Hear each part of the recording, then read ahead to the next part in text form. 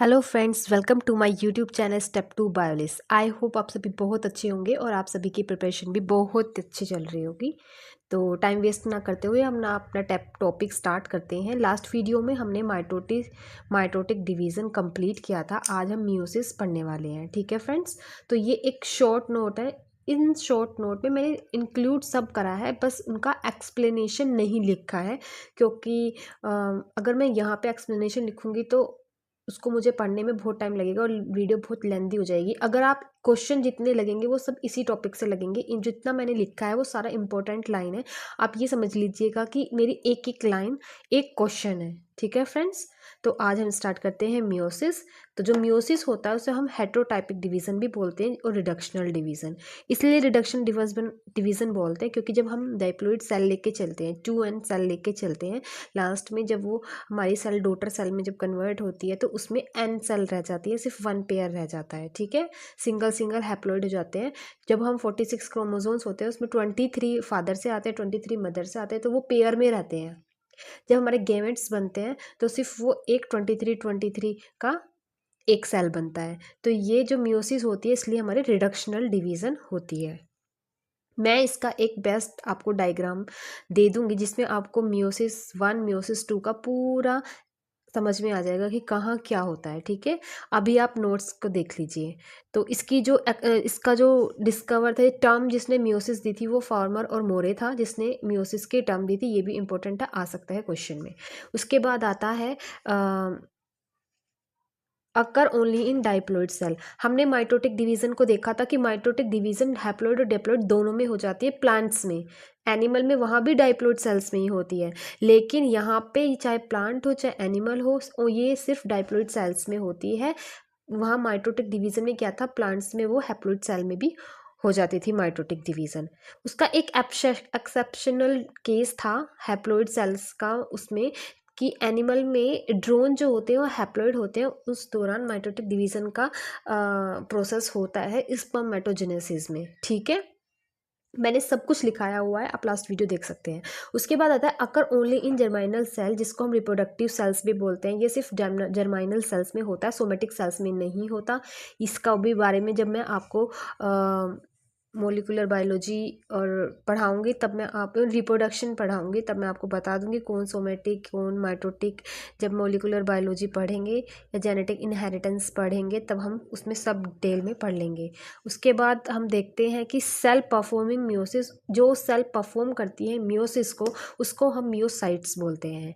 ठीक है फ्रेंड्स, इसमें एक राउंड रेप्लिकेशन और 2 राउंड सेग्रीगेशन। देखो उसमें माइटोटिक डिवीजन में क्या था, एक राउंड रेप्लिकेशन होता था, एस फेस में हमारा डीएनए रेप्लिकेट कर रहा था। उसके बाद हमारा एनए फेस में जब हमारा सेग्रीगेशन हो जा रहा था, बस उसके बाद उसका मियोटिक 2 नहीं होता है। देखो मियोसिस में मियोसिस 2 भी होता है। मियोसिस 2 में क्या होता है, एक राउंड रेप्लिकेशन होता है और 2 राउंड सेग्रीगेशन होता है। फर्स्ट राउंड में क्या होता है, होमोलोगस क्रोमोसोम्स अलग अलग होते हैं, उसमें सेंट्रोमियर नहीं टूटता। और जब मियोसिस 2 में एनाफेस में मियोसिस 2 के एनाफेस 2 में क्या होता है, सिस्टर क्रोमेट्स टूट जाते हैं, तो मतलब सेंट्रोमियर टूटता है। तो उसमें 2 बार सेग्रीगेशन होता है, तब जाके में 2n n में कन्वर्ट होती है। तो जो पहला होता है वो जो हमारा पहला होता है रिडक्शन, और दूसरा जो हमारा इक्वेशनली ही होता है, वो जो हमारा मियोसिस 2 होता है वो सेम होता है माइटोटिक डिवीजन के जैसे। तो अब हम पढ़ लेते हैं इसके 2 राउंड ऑफ सेग्रीगेशन। जैसे एनाफेस 1 में मैंने यहाँ पे लिख भी दिया है कि सेग्रीगेशन ऑफ होमोलोगस क्रोमोसोम्स, और एनाफेस 2 में सेग्रीगेशन ऑफ सिस्टर क्रोमोसोम्स। ठीक है फ्रेंड्स, कभी भी कंफ्यूज नहीं होना है कि देखो जब भी हम कभी कोई सेल का डायग्राम देखते हैं तो सब हमेशा हमेशा 2n लेके चलते हैं। बच्चे कंफ्यूज हो जाते हैं, ये 2 क्रोमोजोन है, मतलब 2 क्रोमोजोन है या 2 पेयर है। तो देखिए फ्रेंड्स, ये पेयर होता है, इसमें हम डिस्क्राइब करते हैं पेयर का। डाइप्लॉइड सेल में हर सेल पेयर में होती है, तो ये फर्स्ट पेयर है और ये हमारा सेकंड पेयर है। जब हम अपनी सेल को लेके चलते हैं तो ये वाला पार्ट देखिए। वो चीज़ हमारी बायोलॉजी में ऐसी है कि हम हर चीज़ लेके नहीं चलते हैं, उसका कुछ पार्ट लेके चलते हैं। जैसे क्रैब साइकिल में भी आपने पढ़ा होगा, जब हम क्रैब साइकिल लेते हैं उस साइकिल को हम 2 बार पढ़ते हैं, क्योंकि एसिटाइल कोएंजाइम पायूरेट से 2 बनते हैं। तो हम वहाँ पे साइकिल में एक साइकिल करके दिखाते हैं, तो एक एसिटाइल कोएंजाइम लेके चलते हैं, तो साइकिल एक चली। लेकिन हमारे वहाँ पे प्रोडक्ट कितने बनते हैं, 2, तो साइकिल को 2 बार चला दो। ऐसे ही हम जब कोई प्रोसेस करते तो यहाँ 46 क्रोमोसोम्स लेके थोड़ी चलेंगे, इतना बड़ा गोल बनाना पड़ेगा, फिर 46, फिर थोड़ी देर में फिर दोबारा इतना बड़ा गोल बनाना पड़ेगा, मतलब सेल बनानी पड़ेगी, उसमें फिर 46 बनाएंगे या 23 बनाएंगे, फिर उसको डुप्लीकेट करेंगे तो फिर इतने ज़्यादा हो जाएंगे। तो सिर्फ दो पेयर लेके चले हैं, ठीक है फ्रेंड्स। 2 पेयर इसलिए लेके चलते हैं क्योंकि हमें यहाँ पे मियोसिस का भी प्रोसेस दिखाना होता है। तो मियोसिस में क्या होता है, हमारी जो होमोलोगस क्रोमोसोम्स है तो पहले वो हमारे एनाफेज 1 में सेपरेट होते हैं, इसलिए हम 2 पेयर लेके चलते हैं। 2n का मतलब होता है 2 पेयर, मतलब कि डाइप्लॉइड सेल जिसमें पेयर होते हैं, अपना अपना कपल होता है, ठीक है, पार्टनर, एक मेल एक फीमेल, एक मतलब एक पापा का है एक मम्मी का, एक पापा की मम्मी, 2। तो कि टोटल क्रोमोसोम्स नंबर पूछेंगे तो 4। 2n में टोटल नंबर क्रोमोसोम्स 4 होते हैं, लेकिन पेयर कितने हैं, 2, ठीक है।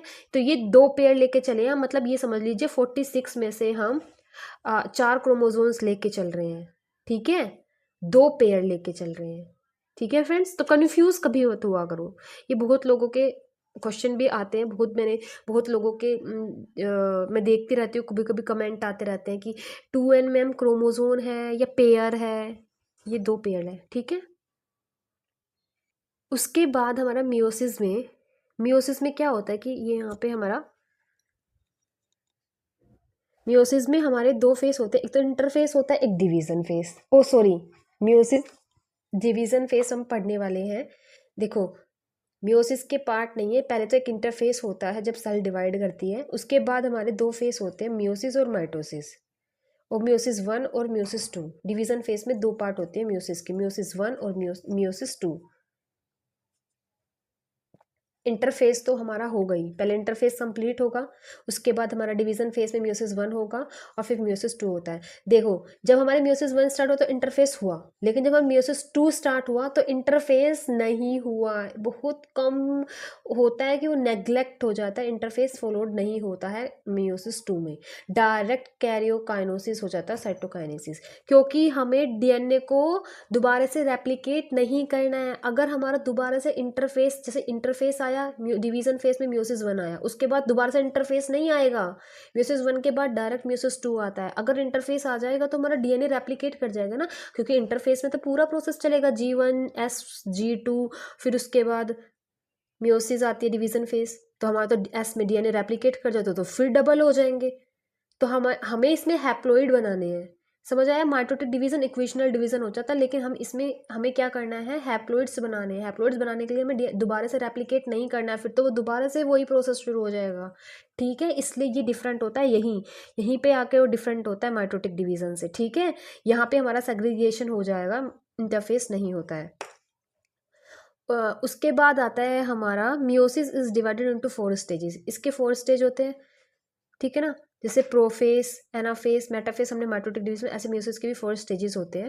मैंने यहाँ पे भी लिख दिया 2n मतलब कि 4 chromosomes, 2 pair of chromosomes equal to 4 chromosome. उसके वजह हम सेल लेके चलते हैं, उसके लिए बोला है, बताया है ये। उसके बाद आता है प्रोफेस, जो फेस होता है वो सबसे हमारा लॉन्गेस्ट फेस होता है सेल साइकिल का, उसको भी डिवाइड कर दिया जाता है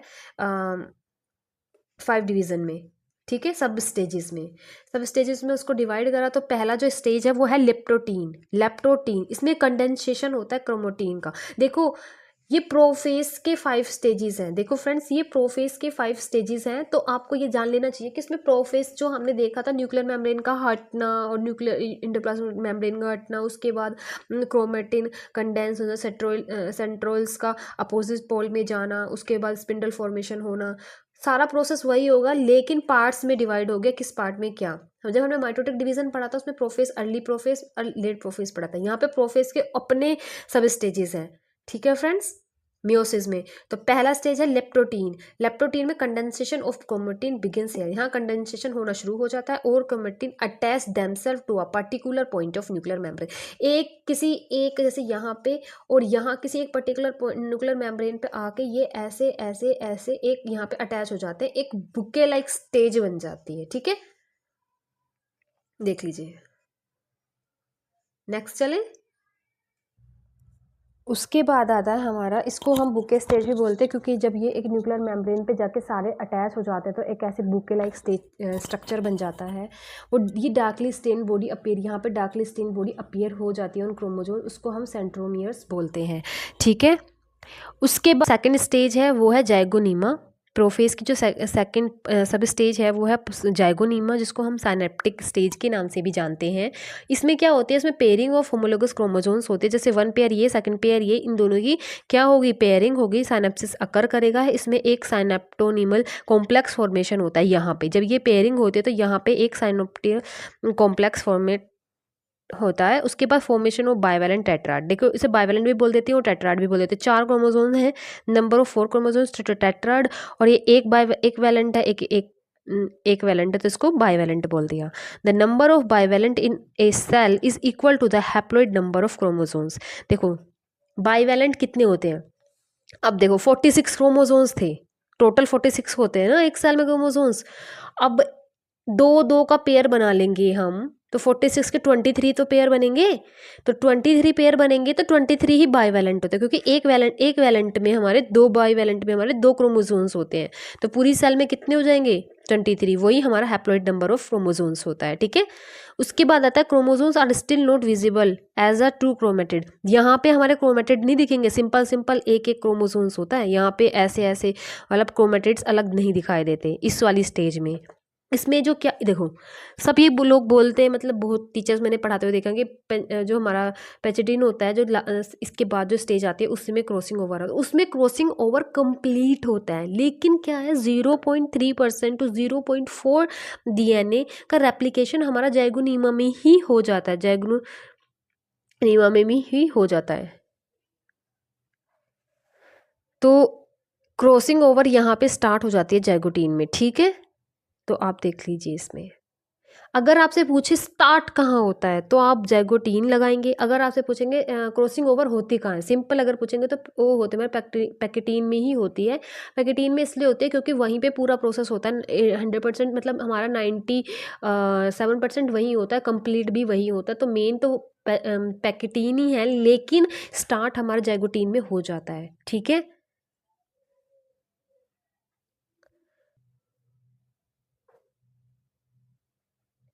उसके बाद जो हमारी थर्ड स्टेज आती है पैकेटीन, जिसको हम पैकेनीमा से भी जानते हैं, ये सबसे लॉन्गेस्ट फेज होती है प्रोफेज की। प्रोफेज अपने आप में एक अगर स्टेजेस में पूछे तो प्रोफेज अपने आप में सबसे लंबी स्टेज होती है, लेकिन हम सब स्टेजेस में पूछें, प्रोफेज की स्टेजेस में पूछें तो पैकेटीन सबसे लंबी स्टेज होती है, ठीक है। Longest phase of the prophase. बहुत लोग ऐसे बोलते हैं डिप्लोटीन भी होती है, क्योंकि वहाँ पे क्या हो जाता है, अरेस्ट हो जाती है सेल। जो लॉन्गेस्ट फेस होती ये हमारी सबसे लॉन्गेस्ट फेस होती है प्रोफेस की सबसे लंबी स्टेज होती है। इसमें क्रॉसिंग ओवर यहाँ पे कंप्लीट होता है। यहाँ पे एक एंजाइम की ज़रूरत पड़ती है, रिकम्बिनेज एंजाइम की यूज़ होती है। यहाँ पे एक्सचेंज ऑफ जेनेटिक मटेरियल होता है बिटवीन 2 नॉन सिस्टर क्रोमेटिड्स। देखो फ्रेंड्स, यहाँ पे ये सेल है, ये सेल है, ये सेल है, ये सेल है, ये आपस में होमोलोगस क्रोमोसोम्स हैं, लेकिन इसका और इसकी जब सिस्टर क्रोमेटिड्स होंगी तो ये आपस में क्या होंगी, ये दोनों आपस में नॉन सिस्टर्स हैं, ठीक है। सेम क्रोमोसोम से क्रोमेटिड उसकी सिस्टर क्रोमेटिड्स होती हैं, लेकिन दूसरे क्रोमोसोम्स अगर होमोलोगस क्रोमोसोम्स 2 हैं और उसकी क्रोमेटिड इसकी क्रोमेटिड से साथ में जब क्रॉसिंग ओवर होती है तो वो नॉन सिस्टर क्रोमेटिड्स के बीच में होती है, ना कि सिस्टर क्रोमेटिड्स के बीच में। ये भी बहुत बार क्वेश्चन आता है, बच्चे कन्फ्यूज हो जाते हैं इसमें कि जेनेटिक मटीरियल एक्सचेंज किसके बीच में होता है, तो नॉन सिस्टर क्रोमेटिड्स के बीच में होता है और सेम क्रोमोसोम होमोलोगस क्रोमोसोम्स के बीच में होता है, ठीक है। तो exchange of genetic material between 2 non sister chromatids and homologous chromosomes, ठीक है फ्रेंड्स। ये बहुत इंपॉर्टेंट लाइन है, कंफ्यूज नहीं होना इसमें। उसके बाद आती है कि द बेस्ट थ्योरी, अगर हम क्रॉसिंग ओवर की थ्योरी को अगर हम पढ़े डिटेल में तो सबसे ज़्यादा बेस्ट एक्सप्लेन करा था क्रॉसिंग ओवर का डार्लिंगटन ने थ्योरी। जो सबसे बेस्ट थ्योरी है जिसने क्रॉसिंग ओवर के बारे में बताया था वो डार्लिंगटन थ्योरी है, ठीक है। इसको आप डिटेल में भी पढ़ सकते हैं, मैंने थोड़ा सा लिख दिया है, आप देख लीजिए। The enzyme endonuclease will help in the development of breaks, जिसे बोलते हैं निकिंग। जब हमारा देखो यहाँ से ब्रेक भी तो होगा, क्योंकि हमें जब एक्सचेंज कराएंगे तो ब्रेक्स की भी ज़रूरत पड़ती है। The formation of gap in the nicks is done by exonuclease, जो गैप फॉर्म होता है वो एक्सोन्यूक्लियस की वजह से होता है।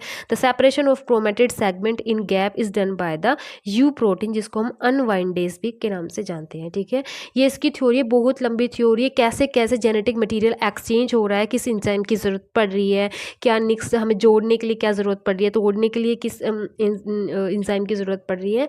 वो एक प्रॉपर डिटेल थ्योरी है जिसे हम डार्लिंगटन थ्योरी के नाम से जानते हैं। ठीक है, वैसे पैकेटीन में सबसे ज़्यादा क्वेश्चन यही आता है, सबसे लॉन्गेस्ट फेज होता है। प्रोफेस का क्रॉसिंग ओवर हमारी यहाँ पे कंप्लीट होती है और यहीं पे हमारे रिकम्बिनेस एंजाइम्स की यूज़ होती है। यहाँ पे जेनेटिक मटेरियल का एक्सचेंज होता है, नॉन सिस्टर क्रोमेटिड्स और होमोलोगस क्रोमोसोम्स। ठीक है फ्रेंड्स, तो आज के लिए इतना ही, वरना वीडियो हो जाएगी बहुत ज़्यादा लेंदी। तो अगर हम पढ़ेंगे अब नेक्स्ट वीडियो में, इसका बाकी का जो पार्ट बचा है वो हम नेक्स्ट वीडियो में कवर कर लेंगे और हमारा म्यूसिस भी कंप्लीट हो जाएगा।